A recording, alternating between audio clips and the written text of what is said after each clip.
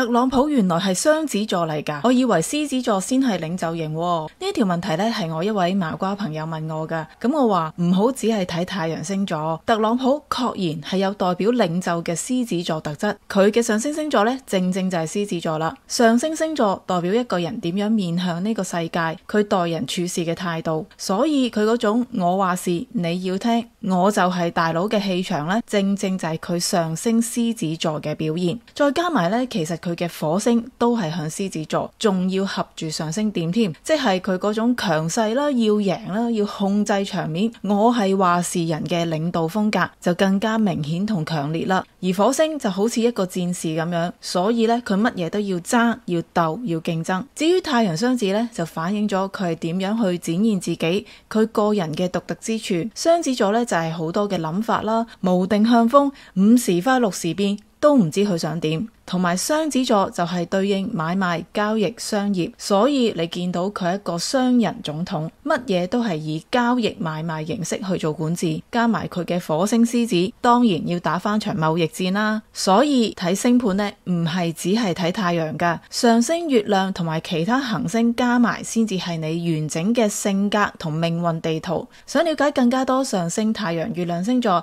我預備咗一個免費嘅占星體驗課俾你，歡迎點擊連結去領取。